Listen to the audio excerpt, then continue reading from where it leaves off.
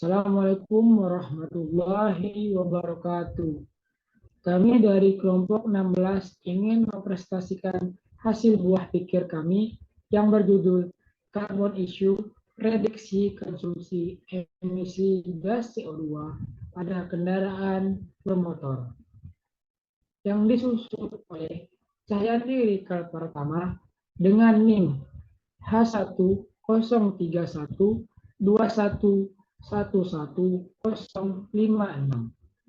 Dina Ulaya Akilatun Najla dengan NIM H10311211057 dan Zaki Pikar Ananda dengan NIM H10312111058.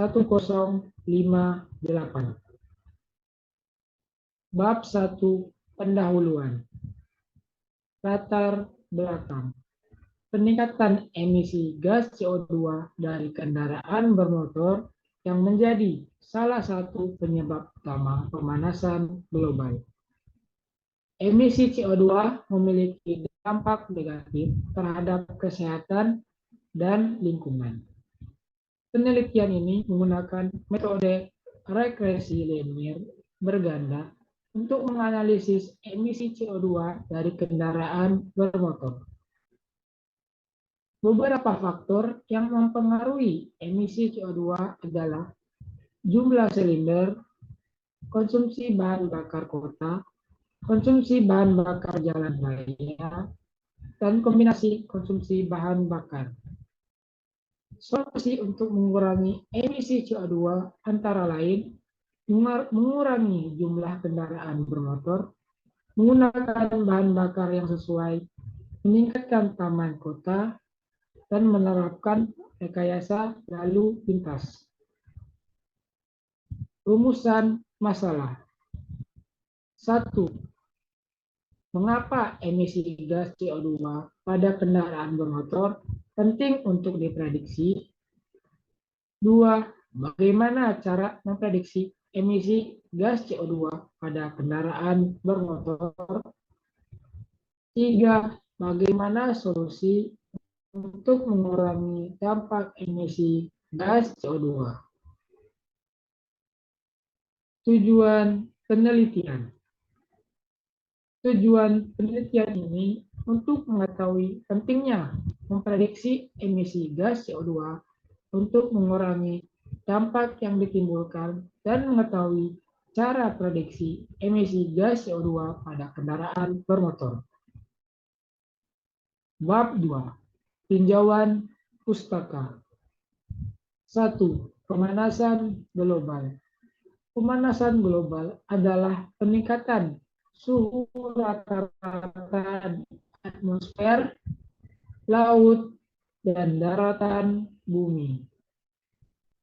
Hal ini disebabkan oleh efek rumah kaca yang lebih besar dari biasanya di atmosfer bumi, yang disebabkan oleh rusaknya komposisi gas rumah kaca utama seperti karbon dioksida, CO2, metana, CH4, nitrooksida, N2O, hidrofluorokarbon, PFC, dan sulfur heksafluorida, SF6 di atmosfer.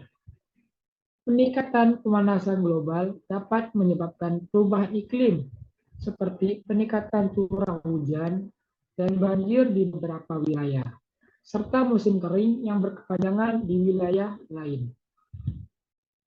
Indonesia sendiri berada di peringkat ke-6 dalam hal emisi gas, dengan kontribusi sebesar 4,47%. Emisi gas dari kendaraan bermotor merupakan salah satu faktor utama yang menyebabkan peningkatan emisi CO2. Semakin banyak penggunaan kendaraan bermotor, semakin tinggi pula emisi gas yang dihasilkan. Hal ini menyebabkan pemanasan global menjadi masalah serius, karena terlalu banyak gas emisi yang terdapat di udara, sehingga udara panas sulit untuk memantulkan di angkasa luar. 2. Emisi gas CO2. Emisi gas CO2 merupakan pelepasan gas karbon dioksida ke atmosfer yang dihasilkan dari berbagai sumber seperti transportasi dan industri. Sektor transportasi termasuk kendaraan bermotor merupakan penyumbang utama emisi CO2. Emisi CO2 dihasilkan dari pembakaran bahan bakar fosil seperti bensin dan diesel dalam mesin kendaraan. Penelitian sebelumnya telah menunjukkan bahwa jumlah silinder, konsumsi bahan bakar kota, konsumsi bahan bakar jalan raya, dan konsumsi bahan bakar merupakan faktor-faktor yang mempengaruhi emisi CO2 dari kendaraan bermotor. Dalam penelitian ini, metode regresi linier berganda digunakan untuk menganalisis dan memprediksi emisi CO2 berdasarkan variabel-variabel tersebut. 3. Dampak negatif gas CO2.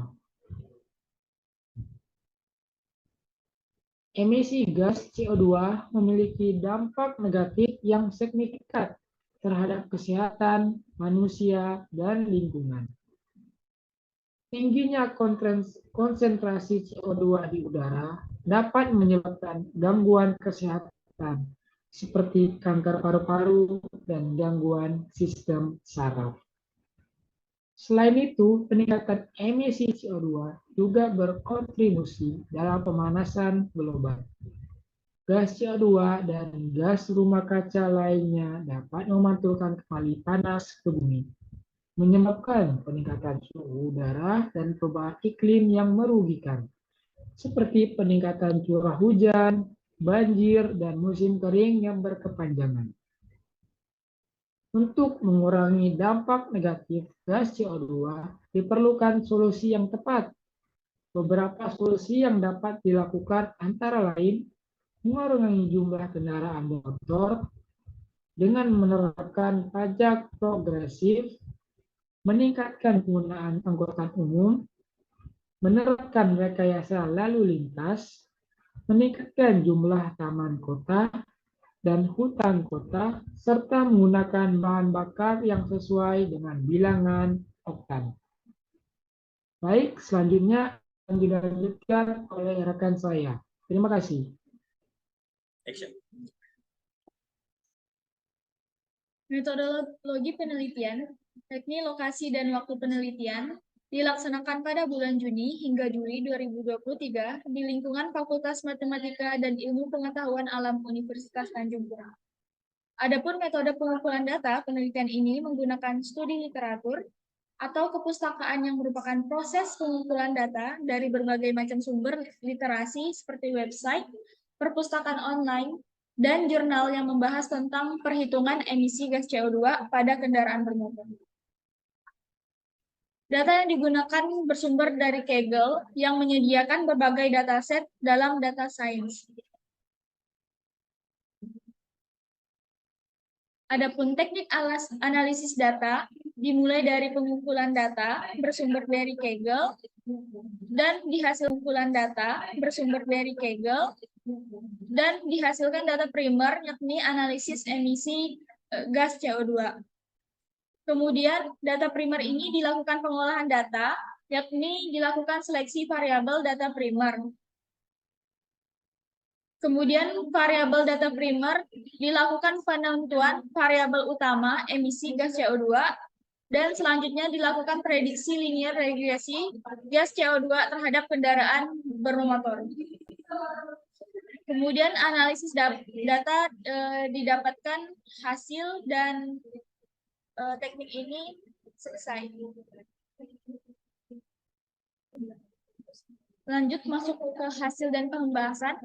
Python merupakan bahasa pemrograman interpretatif multiguna dengan filosofi perancangan yang berfokus pada tingkat keterbacaan kode. Python diklaim sebagai bahasa yang menggabungkan kapabilitas, kemampuan, dengan sintaksis kode yang sangat jelas beserta dilengkapi dengan fungsionalitas pustaka standar yang besar serta komprehensif. Python dapat digunakan untuk berbagai keperluan pengembangan perangkat lunak dan dapat dijalankan di berbagai platform sistem operasi, yaitu Linux Unix, Windows, Mac OS X, Java Virtual Machine, Amiga, Palm, dan Google Colabs. Data primer emisi gas CO2 dari Kaggle diinput dengan library Pandas, NumPy, SciPy, Seaborn, dan Matplotlib. Maksud saya Matplotlib untuk dilakukan analisis data dan pengolahan data. Nah, dari data tersebut terdapat total 7.385 baris per sampel dan 12 kolom fitur. 11 dari fitur adalah prediktor dan 1 fitur adalah regresor. 5 dari 12 kolom bertipe data objek, 3 bertipe data in64, 4 bertipe data float 64, 7 kolom dengan nilai numerik, dan 5 memiliki nilai karakter.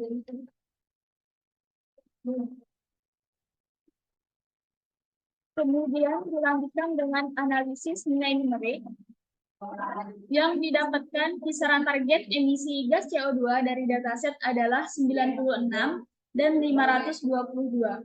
Emisi gas CO2 rata-rata adalah 250,58 dan median 246. Dari 25% titik sampel memiliki gas CO2 di antara 208 dan 75% di antara 288. Dari plot box dapat kita simpulkan yaitu nilai minimum emisi gas CO2 adalah 96. Nilai rata-rata emisi CO2 adalah 246. Pada 25% sampel memiliki emisi gas CO2 antara 96 dan 208. Dari 75% sampel memiliki emisi gas CO2 antara 96 dan 288. Dan emisi maksimum CO2 yang diamati adalah 522 yang merupakan bagian teratas pada plot box. Kemudian dilanjutkan dengan analisis matriks korelasi yang akan dilanjutkan oleh rekan saya. Pada rekan saya dipersilakan. Baik, kita lanjutkan dengan analisis matrik korelasi. Analisis matrik korelasi di sini menggambarkan antara semua kemungkinan pasangan nilai dalam sebuah tabel, yang dimana matrik korelasi ini sangat ampuh untuk meringkas kumpulan data yang besar dan untuk mengidentifikasi serta memvisualisasikan pola data yang diberikan. Di sini kita menggunakan data dari Kaggle sebanyak 7.385 kolom, yang dimana matrik korelasi ini dapat mempermudah kita dalam menganalisis data. Setelah kita lakukan analisis data, kita mendapatkan hasil berupa konsumsi bahan bakar mili per galon yang berkorelasi negatif dengan semua fitur. Dapat kita lihat di sini bahwa dengan adanya kolom pada salah satu label yang berwarna merah, maka konsumsi bahan bakar MPG berkorelatif negatif. Kemudian semua fitur berkorelasi positif dengan satu sama lainnya kecuali konsumsi bahan bakar mili per galon.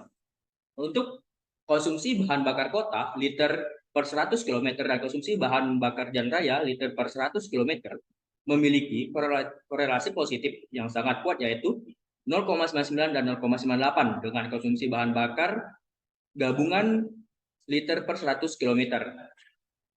Karena konsumsi bahan bakar gabungan 100 km per liter bersifat berlebihan, maka variabel dependent emisi CO2 memiliki korelasi positif sehingga mendapatkan nilai tertinggi yaitu sebesar 0,92 dengan konsumsi bahan bakar kota liter per 100 km dan konsumsi bahan bakar kombinasi liter per 100 km dan korelasi negatif yang sangat kuat sebesar 0,91 dengan konsumsi bahan bakar kombinasi dengan mili per galon. Baik, kita lanjutkan. Terus Baik, untuk selanjutnya yaitu kita lakukan prediksi. Nah, untuk kita melakukan prediksi ini, yang pertama kita masukkan variabel utama yang telah kita analisis dari matriks korelasi tersebut, yang dimana dapat kami tarik kesimpulan dari data dan juga studi literatur. Variabel utama yang berperan besar adalah silinder, konsumsi bahan bakar pada kota, konsumsi bahan bakar pada jalan, konsumsi bahan bakar gabungan, ya, dan juga emisi gas CO2. Nah, di sini kita menggunakan library Pandas, Matplotlib, dan Seaborn, dan juga Skylearn, maaf. Kemudian setelah kita masuk ke library, kita dropping kolom pada emisi gas CO2. Setelah kita lakukan dropping, kita lakukan linear regression, yang dimana kita mendapatkan hasil Y sama dengan 10,31313117, X1 dan X2-nya 0,88924491, dan X3-nya 491198569, dan kemudian X3-nya 4,91198569, X4-nya 0,52055604, dan juga X4-nya 3,54039005 dengan intercept-nya 228,75846510290876. Setelah kita lakukan linear regresi coefficient dan juga intercept-nya, kita lakukan pengecekan skor, yang dimana kita tulis linear regression score test, kita mendapatkan hasil sebesar 89,85%. Nah, setelah kita lakukan pengecekan skor dan kita bandingkan dengan studi literatur, yang dimana 89,85% ini menyatakan bahwa mendapatkan hasil skor yang mutakhir. Kemudian kita coba dengan prediksi gas CO2. Uji coba yang kita lakukan yaitu dengan menggunakan 2 silinder, 6 liter per 100 km bahan bakar, dan juga 6,7 liter bahan bakar, dan 8,5 liter per 100 km bahan bakar gabungan, dan juga 33 mol per galon, yang dimana kita mendapatkan hasil emisi yaitu gas CO2 sebanyak 175,22, yang dimana dapat kami bandingkan dengan studi literatur bahwa angka tersebut menunjukkan gas emisi CO2 yang sangat besar, sehingga dampak negatif dari CO2 bagi kesehatan semakin mengancam. Maka dari itu, kami akan memberikan sebuah saran untuk mengurangi emisi gas CO2, yaitu mengurangi jumlah kendaraan bermotor dengan mengimplementasikan pajak yang progresif. Yang kedua, menerapkan penggunaan angkutan umum untuk mengurangi penggunaan kendaraan bermotor pribadi. Yang kemudian dilanjutkan dengan memberlakukan rekayasa lalu lintas yang dimana telah dilaksanakan oleh Presiden kita Jokowi, yaitu dengan adanya pengaturan lalu lintas plat KB ganjil genap, kemudian meningkatkan jumlah taman kota dan hutan kota, dan terakhir untuk menggunakan bahan bakar yang sesuai dengan bilangan oktan. Baik, mungkin cukup sekian presentasi dari kelompok kami. Saya, Cahyadi Pratama, mewakilkan rekan-rekan saya, Zaki Fikar Ananda dan juga Dina Kilatun Najila. Pamit undur diri, sekian, terima kasih.